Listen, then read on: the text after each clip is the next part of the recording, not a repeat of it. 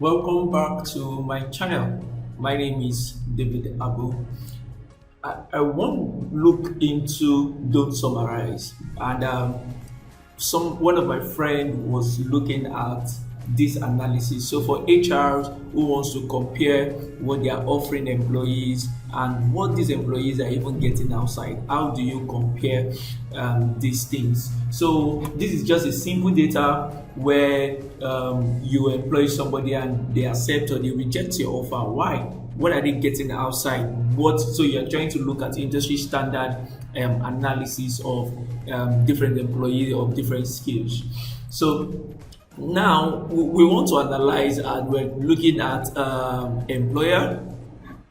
So these are the employer that let's say we are employing from, and you want to look at the salary they earn. These are the salary they earn. But if you notice that it sums up everything. So, and we want to look at the offer that we are giving them.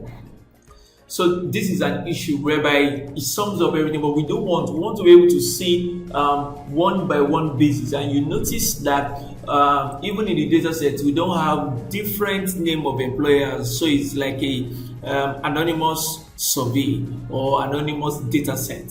So we just have only the name of the employers and the salary they earn and the offer they are getting. So how do we analyze this report?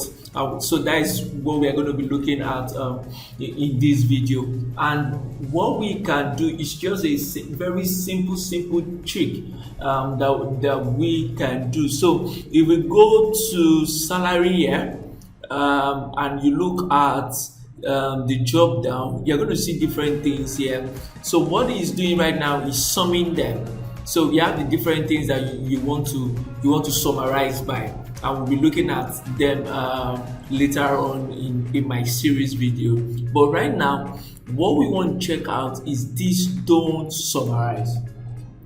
Now, immediately we click Don't Summarize, you will notice what happened. Immediately we can now analyze this data set and say, oh, okay, so we have employer, we have the salary, we have this offer. So how do we analyze? So okay, this person gets 2 million and we are offering him 1.9. So there's an issue. So this is actually what you use Don't Summarize for. So there are so many use cases that you can use Don't Summarize, especially when you want to look at a specific information and you want to be able to say, oh, say I don't want you to summarize it, I want to be able to understand the different roles that is applicable to a category.